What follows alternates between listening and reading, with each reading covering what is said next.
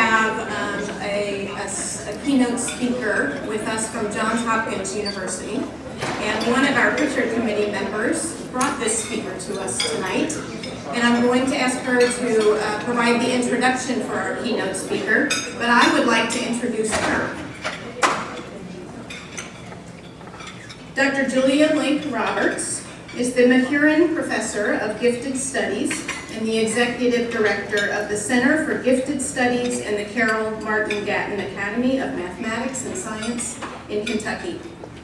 During the celebration of Western Kentucky University's centennial in 2006, Dr. Roberts was honored for her work by being named one of the 100 gifts Western Kentucky University has given to the world.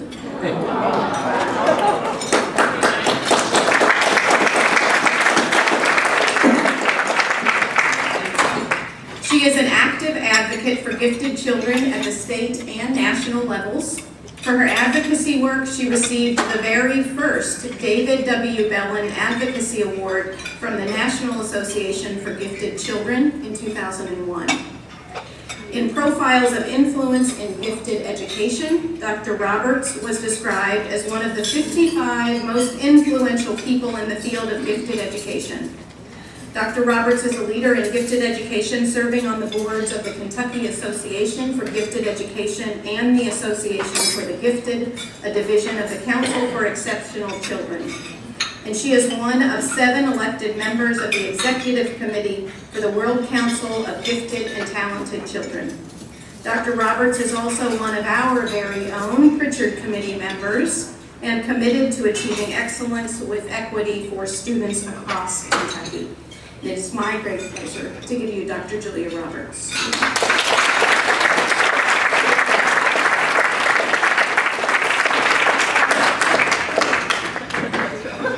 What a pleasure it is to be here with fellow Pritchard Committee members and invited guests, and I am honored to be able to introduce my colleague and friend, Dr. Jonathan Plucker. Jonathan is at Johns Hopkins University. He is at the Center for Talented Youth, as well as within the College of Education there. He is the inaugural Julian Stanley Professor at Johns Hopkins. And Julian Stanley was certainly one of the leaders in gifted ed. And it makes me proud that Jonathan is the one to hold that title for the very first time.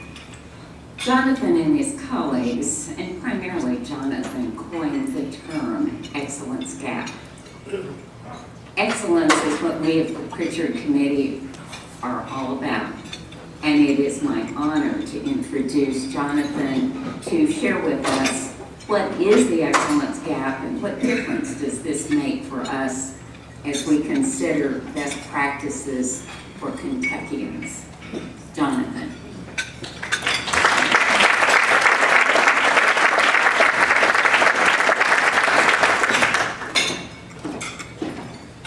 Good evening.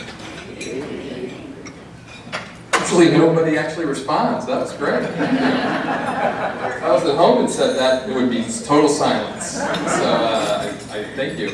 It is a true honor to be here.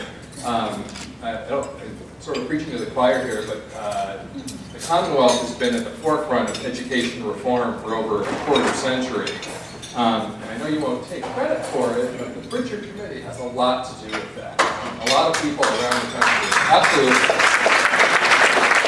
a lot to do with that. And a lot of people around the country do look to you to see where you're pushing, where those next cutting edge ideas are going to come from. So you've had great success, but I don't think anyone would argue with me that there's a lot of work to be done.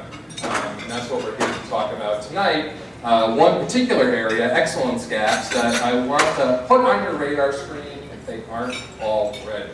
I should say, I was a faculty member at the university to the north for a long time, and the Indiana Education Roundtable is something that they were very proud of. They won't admit it, but it was kind of based on it. Never said that. I don't know where you heard that rumor. And the demise of their education roundtable really kind of marked the stalling of their education reform. So they learned the right lesson from you, that they should have one, but they didn't do it as well as you have done it now for a long time. So congratulations on that. I've got 3 hours of great material for you tonight. I think I'm joking today. But I only have 30 minutes, so we're going to move really quickly. Okay. Maybe not. I'd love technology. It's very quick.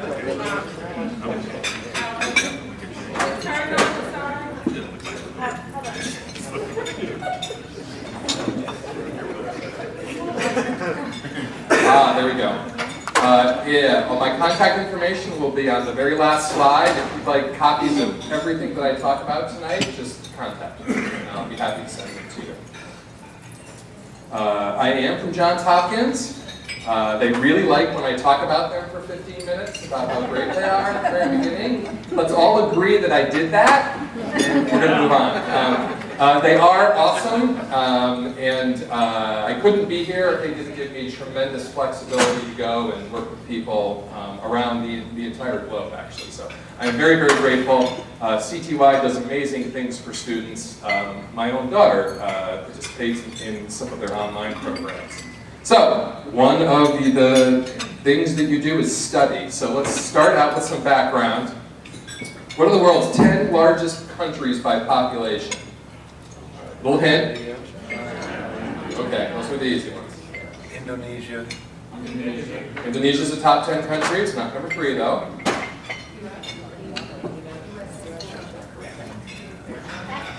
Russia's definitely one of them still. I'm pretty sure someone said the name of something that's not really a country, so you're trying hard though, so I'm giving you effort points. The third country is by far the third biggest country in the entire world. It's considered a mega country, but people within it think of itself as a small little western outpost that just happens to have 320 million people. We are much bigger than everyone else on this top 10 list. We don't think of ourselves as a huge country though. So when we talk about things like, why is it so hard to change things? There's 320 million reasons why it's hard to change, right? We're a huge, huge country, both geographically and population-wise. Here are the others very quickly. Think about how small Bangladesh is. It's like a postage stamp on the globe. And it has about 130, 140 million people in that small space. Which of these countries is growing the fastest? Russia and Japan are the only two that are shrinking. This country will be the number 3 country by 2050, according to our friends at the CIA. They know stuff, so I assume they're right. It's Nigeria. So when people say, why would I care about Muslim civil war in the oil fields of Central Africa? Who cares about that? My response is, all of us. There's going to be 350 to 400 million Nigerians within the next 3 decades in the heart of one of the fastest growing continents in the world. A stable Nigeria is really important for all of us. An unstable Nigeria will impact everyone's life. These things matter. These things matter. Okay, let's do another one real quickly. How many people worked as smartphone designers in 2007? 9 years ago.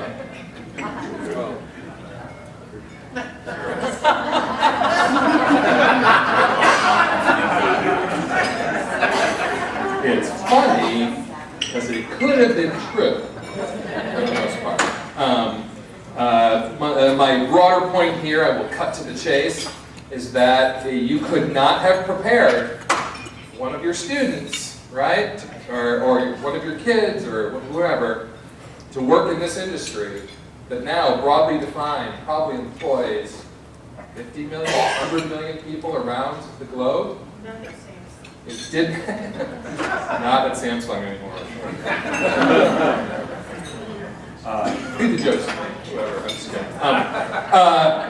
You could not have prepared someone to work in this industry in 2006 because nobody knew that it was going to exist. So I always kind of chuckle when I hear people say, we need to prepare these kindergartners for the working world of tomorrow. And I think there's no way for you to predict what that world will look like, what those jobs will look like. So preparing for specific jobs becomes really tricky because we don't know what those jobs will be. We don't know what those jobs will be. What percentage of engineering majors work in engineering? 58%. Someone got it right away. That's good. Normally I let you guess a little bit. We don't have time. Roughly 50%, 30% of the 50 who don't say they couldn't find a job. That's been pretty consistent for years. And yet we tell students all the time, especially if they're good in STEM fields, going into engineering is the key to a middle class, upper middle class, successful existence. Maybe. In certain types of engineering, right? So even during the depths of 2009's job market, there were 2.6 million open positions. And they were mostly STEM jobs, but they were a very thin slice. They were essentially information technology and networking jobs. I believe last month was the record for open jobs. The record before was 3.6 million. It's about 3.6.5 million right now. The vast majority of those jobs, again, are STEM jobs, but a very specific type. So a lot of the things that we've been telling students, yeah, go ahead and get a physics degree, go ahead and get this, go ahead and get that. Some of that has not been great advice in terms of actually helping them get employed.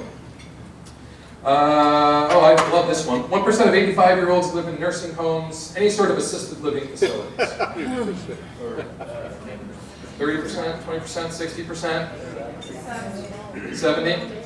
If someone says 0 and someone says 100, we'll have covered absolutely everything. That's awesome. And you will be correct. It's 11%.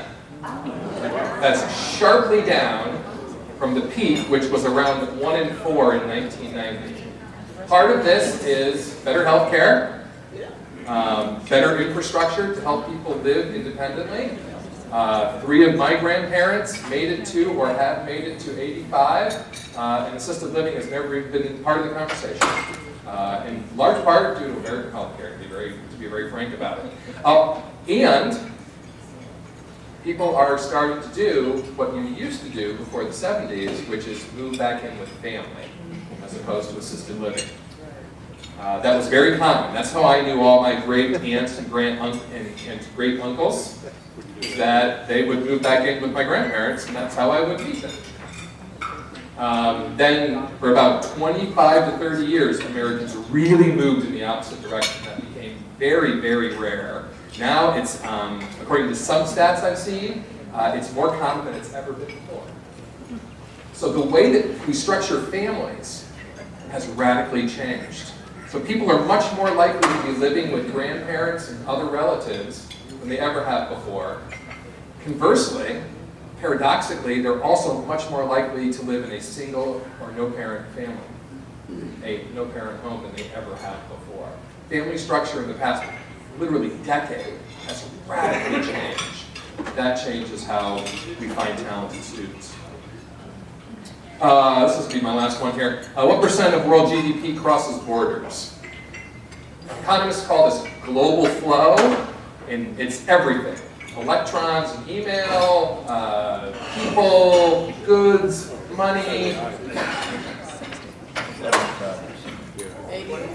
36%. It peaked at 52%. So when people say the world is becoming global, we haven't come that close to it yet. And think about how the 52% changed everything. Imagine if that number becomes 75%. Job markets, quality of life, everything will change when that happens. Or what happens if we pull back and make it 20%? We're not really sure which direction this is going. Most of the decrease, believe it or not, is in the last couple of years. So it's not the downturn more than it is just changing the way that we do things. Interestingly, only 15% of internet traffic crosses international borders.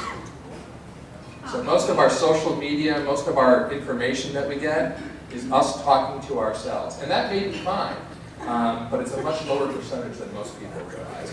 So my broader point here is it's a crazy, bold new world. The types of skills that are important for the jobs moving forward are predicted by the OECD, the Rich Nations Club, if you will, to change radically. Those two on top are really about how to use and communicate information. Even manufacturing jobs. And Kentucky is a state, a commonwealth, excuse me, a commonwealth. Do you get insulted when people call you a state? Or is this just something that you only tell outsiders to make us nervous? Okay, it's fine, okay. Why do people pull on my leg whenever I say state? The Commonwealth is a leader in advanced manufacturing. And I talked to a Fortune 500 plant manager here about 3 to 4 years ago, and I said, how has manufacturing changed? And he said, oh, we're actually hiring. And I was like, wow. He was like, yes, this is the big comeback story, advanced manufacturing. Then he paused and he said, you need to keep one thing in mind though. And I said, what's that? And he said, I used to walk the plant floor and I supervised lots of people on the line. Now I walk the floor and I supervise the people who manage the robots.